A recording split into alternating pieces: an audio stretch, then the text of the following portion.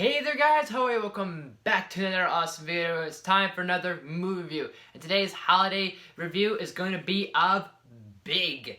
And I know this is not really a holiday movie, nor is it near a Christmas film. But you know what? Why not?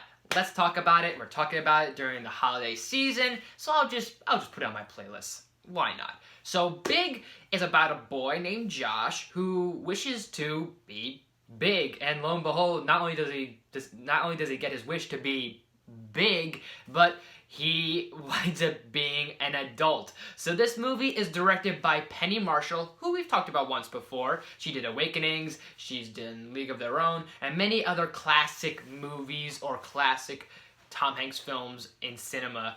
And boy, did she make a classic film right here in whether it's a classic Tom Hanks film or a classic movie in general, because this movie is very iconic in cinema and to Tom Hanks. And let's talk about Tom Hanks. And I know Tom Hanks, he got nominated, or he got an Oscar for Forrest Gump, but I don't know if it actually happened, but I think Tom Hanks should have got an Oscar or should have got nominated for Big, because his energy is it's a mixture of both funny, creative, and emotional at the same time. It's a perfect balance.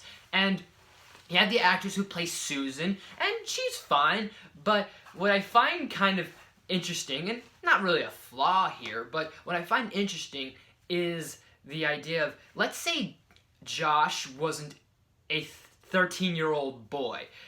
I think the couple between Josh and Susan would be fantastic, because you'd have this woman who's like into her work, into her career constantly, almost could be a workaholic sort of situation, and she's just thinking about just her career and just thinking about her work and never has the time to really have fun. And then this guy, Josh, comes along and then basically gives her a good time. And if he wasn't 13, they'd be a perfect match for each other. They'd be perfect yin-yang for each other. It would be a pretty cute couple. And then let's talk about John Hurd. And funny enough, I always seem to talk about John Hurd whenever he's outside of Home Alone. I don't know why. I never seem to talk about him during, like, whenever I've watched Home Alone or Home Alone 2, but yet I talk about him in other films, and it's not I have anything against him. It's just kind of funny. I forget to leave him out. I leave him out sometimes in the Home Alone franchise, but anyways, he's fine in this movie. I just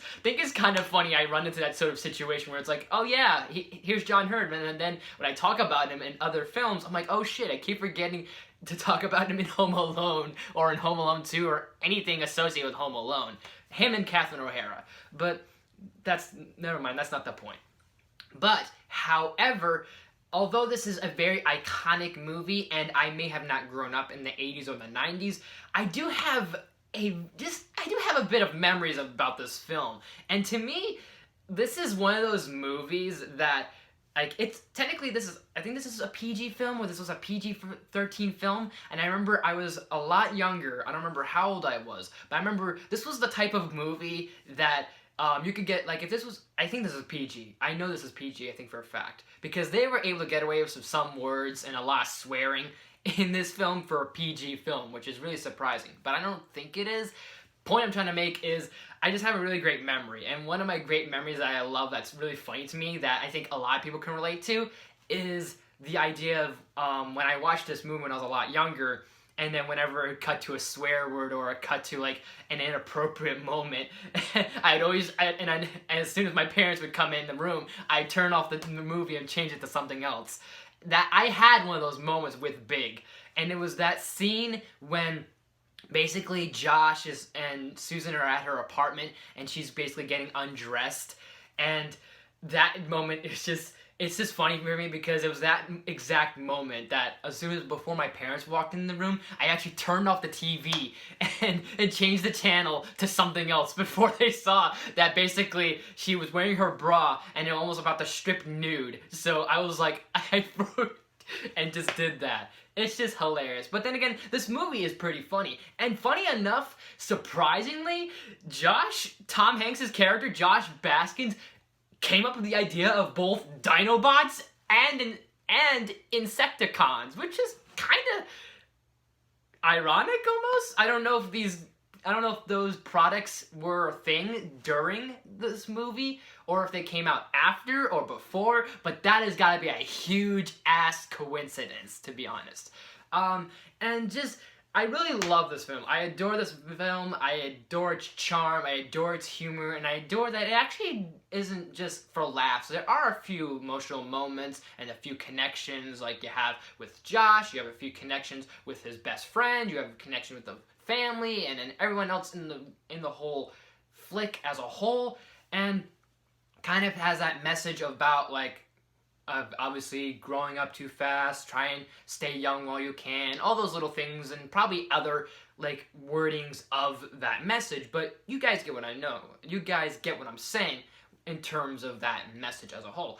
It's not that's cliche, but it's obviously been worded. It's been worded. It's been kind of done before. And for a movie like this, it's fine. I don't have that many flaws or really any nitpicks for this film. And it's one of my favorite Tom Hanks films, to be honest. And it's a big iconic movie if you really think about it. That scene, the piano scene, Chopsticks, Heart and Soul, that is a really great moment. That's obviously just that scene, that picture has just been basically implemented into your head for so long because of how, not it's an impactful scene, but it's just people have great memories of Big, and it's just one of those movies in cinema and history, one of the greatest films of all time, and whatever else I could probably say about it that hasn't been said before, to be quite honest. I know it's not really the most famous moment for me, but I do love the friendship between Josh and his friend because of the shimmy shimmy rock, shimmy cocoa pop. That's what it is. I couldn't think of it for a second. That just cracks me up. I don't know why. It's just funny. But overall, I'm gonna give Big an A. Just a big, solid A. But Big, have you guys seen it? What did you think of it? And let me know in the comments below. Also, let me know in the comments below, what is your favorite moment or memory or scene from this film? Or what is your most fond memories of film and cinema? I have quite a lot. Big's just one of them, in my opinion, and just from experience. And as always, guys, thank you so much for watching. If you like this video, please smash that like button. If you're new to my channel, please subscribe. I do awesome videos every day, if not every week. And make sure you ring that bell to be notified of new videos I do every day, if not every week. And make sure you share the video with your family or friends. And also let me know in the comments some suggestions in terms of movie reviews, top 10s, gaming, vlogs, Q&A, you name it, I'll look into it. You know the drill. So there's gonna be that. I'm gonna try and do some more holiday flicks along with some stuff on catching up with 2020, because I have at least one or two more movies I want to review before I do my top 10 best movies of 2020 and my top 10 worst movies of 2020, so that way we can look forward to those and look forward to the new year of 2021 and look forward to the most anticipated films of 2021. So fingers crossed on that, and hopefully theaters will be open by then, I hope, or at least things will be a little bit better, but we'll see. Anyways, guys, thank you so much for watching, and I will see you next time.